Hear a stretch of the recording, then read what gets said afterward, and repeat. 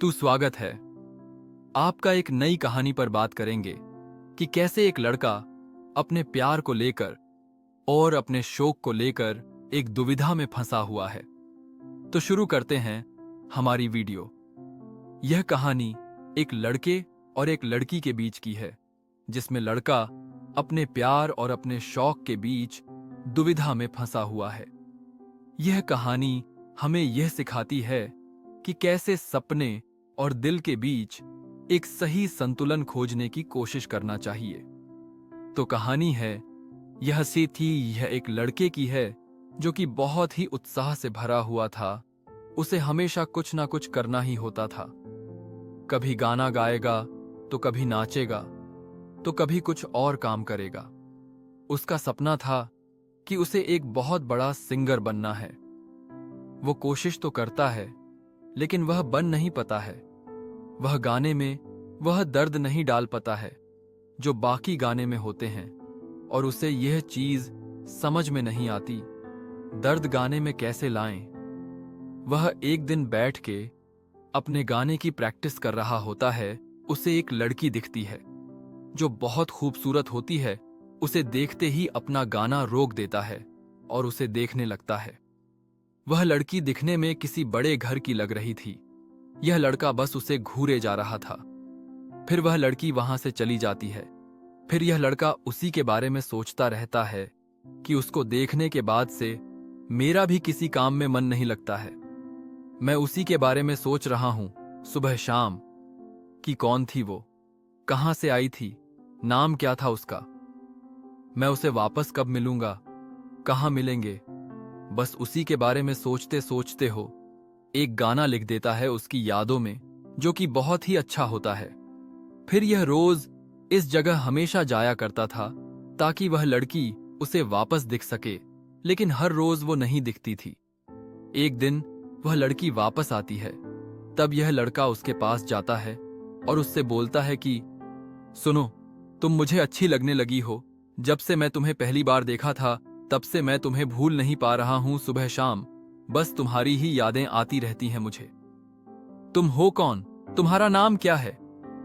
वह लड़की इतना सुनने के बाद आश्चर्य में पड़ जाती है कि उस लड़के ने अभी इससे क्या कहा। यह कुछ बोलती नहीं, बस देखती रहती है। लड़का फिर उससे कहता है कि तुम्हें अपना नाम नहीं बताना हो तो मत बताओ, लेकिन मुझे तुम पसंद आ गई हो जिस दिन से मैंने तुम्हें देखा है। मैं तुम्हारे लिए गाना भी लिखा है। वह लड़का गाना गाता है। फिर वह लड़की वहां से वह गाना सुनकर चली जाती है। फिर वह लड़का हमेशा की तरह वही उसी जगह जाता है, उसके इंतजार में कि वो आएगी। इस बार वह आती है और वह उससे कहती है कि तुम वह 20 साल पहले इंसान हो जिसने मेरे से ऐसे आकर बात की थी। नहीं तो कोई भी मेरे पास ऐसी बात करने नहीं आता है, क्योंकि उनको लगता है कि मैं बहुत बड़े घर की लड़की हूं, तो मैं उन्हें कुछ उल्टा सीधा बोलूंगी। मैं तुमसे एक चीज मांगू, क्या तुम उसे पूरा कर पाओगे? लड़का कहता है जरूर, तुम बस मांग कर देखो। फिर वह लड़की बोलती है क्या तुम मेरे साथ घूमोगे, मेरे साथ मस्ती करोगे? फिर वह लड़का उसे हां कह देता है। फिर वह लड़की बोलती है कि कल तुम मुझे यही मिलना सुबह। अगले दिन वह लड़का सुबह सुबह उसे जगह पर आ जाता है और लड़की भी आ जाती है। फिर दोनों मिलकर बहुत सारी जगह घूमते हैं, मौज मस्ती करते हैं। वैसी रोज चलने लगा।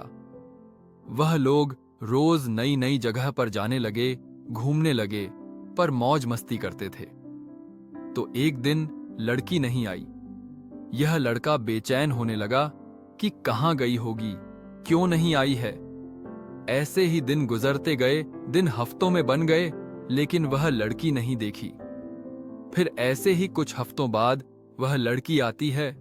वह लड़का पूछता है कहां थी तुम, कहां चली गई थी? वह लड़की कहती है कि मैं बीमार थी, माफी चाहती हूं। लड़का कहता है उसे अरे बस एक बार बता दिया होता तुम बीमार थी, पर अभी तुम क्यों आई हो? तुम्हें आराम करना चाहिए, यह समय घूमने का नहीं है। फिर वह लड़की उससे कहती है कि नहीं, मैं अभी ठीक हूं, मैं तुमसे मिलने आई थी। फिर वह लड़का उसके साथ बैठता है। उसे एक और गाना सुना था है जो उसने उसके लिए वापस लिखा था। दोनों साथ में रहते हैं। दिन भर बैठकर बातें करते हैं। फिर वह लड़की घर चली जाती है और यह भी। फिर अगले दिन लड़का आता है और उससे कहता कि मैं तुम्हें कुछ बताना चाहता हूं। लड़की भी बोलती है मैं भी तुम्हें कुछ बताना चाहती हूं।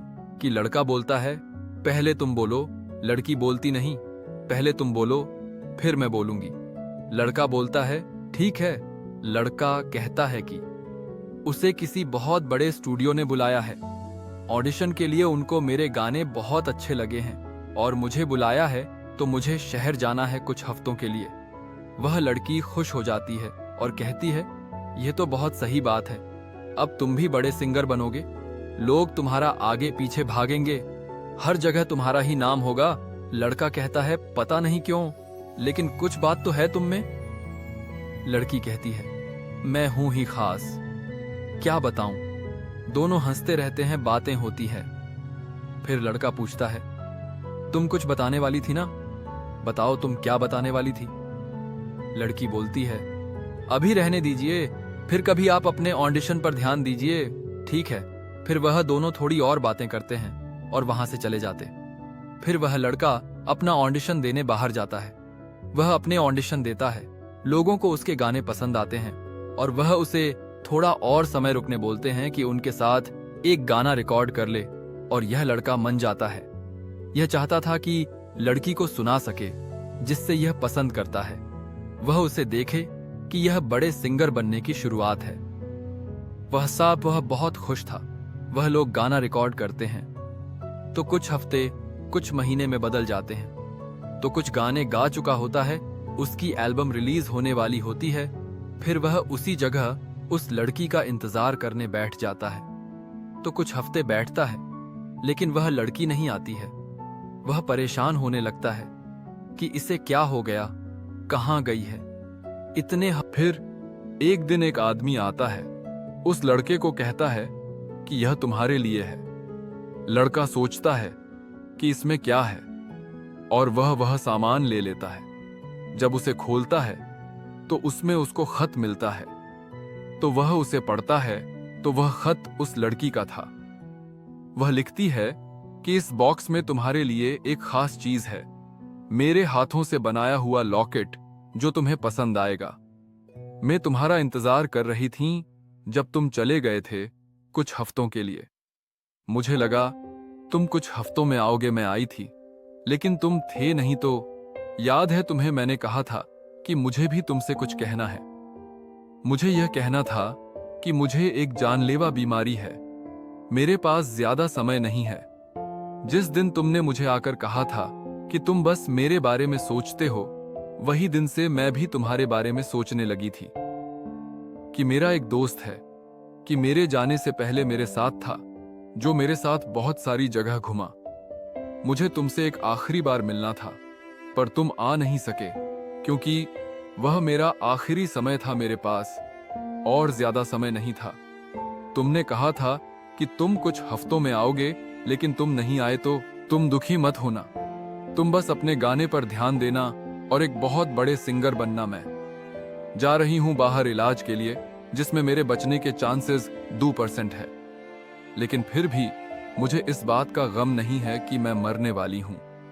मुझे बस बात का गम है कि मैं तुम्हें आखिरी बार बाय नहीं कह सकती, तुमसे मिल नहीं सकती, तुमसे बात नहीं कर सकी। यह आखिरी बार होगा जब तुम यह मेरा खत पढ़ रहे होंगे। तो जैसा कि मैंने कहा था, तुम दुखी मत होना, तुम दुखी अच्छे नहीं लगोगे तो अलविदा। और हां, मैं तुम्हारी सबसे पहले फैन हूं। तुमने मुझे सबसे पहले गाना सुनाया था अपना, जो मुझे बहुत पसंद आया था।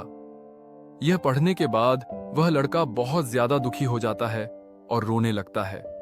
फिर उसके पास कुछ बचा नहीं था करने के लिए। उसका गाना, जिस चीज का उसको शौक था, उसने उसके लिए मेहनत की, लेकिन इसी चीज की वजह से यह उस लड़की से आज आखिरी बार बात कर नहीं सका। फिर वह लड़का उदास रहने लगा। रोज कंपनी उसको कॉल करती थी कि गाना कब बनाओगे, पागल हो चुका था दर्द में। अपने स्टूडियो के लिए गाने गए जो बहुत हिट हुए, सब दर्द भरे गाने जो अब उसके गानों में बहुत ज्यादा दिखने लगा था। और यह बस हर दिन के साथ पागल होते जा रहा था। वह उसी जगह बैठे रहता है जहां वह उस लड़की से पहली बार मिला था और कहता है, मुझे बड़ा बना था, लेकिन किसी भी कीमत में मुझे मेरा दिल नहीं तोड़ना था। मैं नहीं चाहता था कि मेरा दिल टूटे। अब मुझे बस उसी की याद में तड़पना होगा और उसे याद करना होगा। मैं उसे हमेशा याद करता हूं, हर समय, दिन रात, हर जगह, बस वही। और मुझे अभी तक उसका नाम भी नहीं पता। जो बच्ची है मेरे पास, वह उसकी यादें, उसी के सहारे मैं जी रहा हूं। बहुत सी जगह जाता है, बहुत जगह घूमता हूं, कौन हूं, लेकिन इसे वह चीज नहीं मिली जो उसे चाहिए थी। वह फिर उसी जगह आता है जहां वो उस लड़की से मिला था और बैठे रहता है, उसे याद करता रहता है। तभी वह लड़की वहां आती है और उससे कहती है, मेरा ऑपरेशन सक्सेसफुल रहा, मैं बच गई। मैंने तुम्हें बहुत याद किया। यह पूरा समय मैं अस्पताल में बस तुम्हें ही याद करती थी। वह लड़का उसे देखते ही रोने लगा और कहने लगा कि मैं भी बस तुम्हें ही याद करता था हमेशा, आते जागते, हर वक्त। अभी तुम मुझे छोड़कर तो नहीं जाओगे ना कभी? लड़की कहती है, नहीं, कभी नहीं। तुम तो नहीं जाओगे ना मुझे कभी छोड़कर? लड़का कहता है कि नहीं, मैं भी कभी नहीं जाऊंगा तुम्हें छोड़कर। फिर वह लड़की उससे कहती है, तुम तो बहुत बड़े स्टार बन गए हो, अभी तुम्हारे बहुत सारे फन होंगे। वह लड़का कहता है कि मेरी पहली और सबसे बड़ी फैन तुम हो। फिर वह दोनों साथ में घूमते हैं, बहुत अलग अलग जाते हैं और एक साथ रहने लगते हैं। फिर उस लड़के के जो गाने, जो दर्द भरे थे, अभी खुशी में बदलने लगे हैं, तो अभी और अच्छा गाने लगा है। पहले से बहुत ज्यादा लोगों को बहुत पसंद आने लगता है। यह कहानी हमें यह सिखाती है कि कभी भी अपने सपनों को न छोड़ें, लेकिन दिल की आवाज भी सुने। प्यार और शौक दोनों को सही तरीके से जोड़कर ही हम अपने जीवन को संतुलित और खुशहाल बना सकते हैं।